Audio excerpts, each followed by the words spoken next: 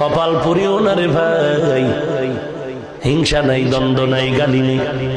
তুমি বুকের উপরে হাত বেঁধে নামাজ পড়ো, খোদার কসম আমি তোমাকে হিংসাও করি না, দূরেও ভাবি না, ঝগড়াও নাই।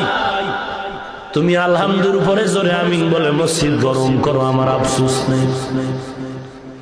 তোমার কবরে তুমি যাবে, আমার কবরে আমি যাব।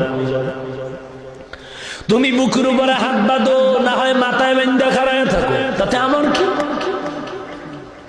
কিন্তু আমার কথাই হলো ওই জায়গায় তুমি বুকে বাঁধো, মাথায় বাঁধো, জোরে আমিন বলো বলো।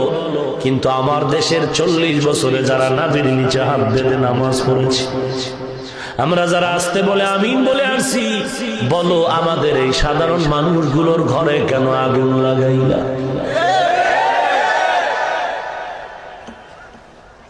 যেই লোকগুলো ইংরেজি পড়েছে, ধর্মের ছোঁয়া পায়নি, তাবলিগের ছোঁয়া পেয়ে চরমনাই উজানি আল্লাহ ওয়ালার বয়ান শুনে সারসিনা ফুরফুরা বাহাদুর গুরুজানি আল্লাহওয়ালার বয়ান শুনে শুনে আজ দাড়িওয়ালা নামাজি হয়ে গেল।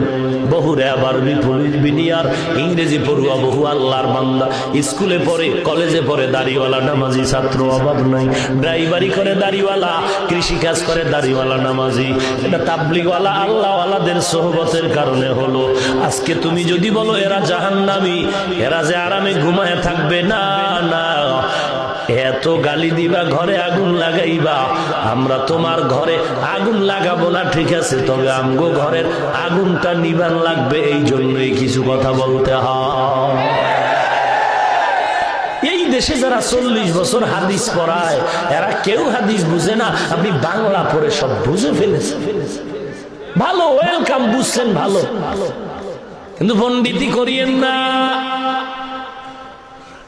সাবধান।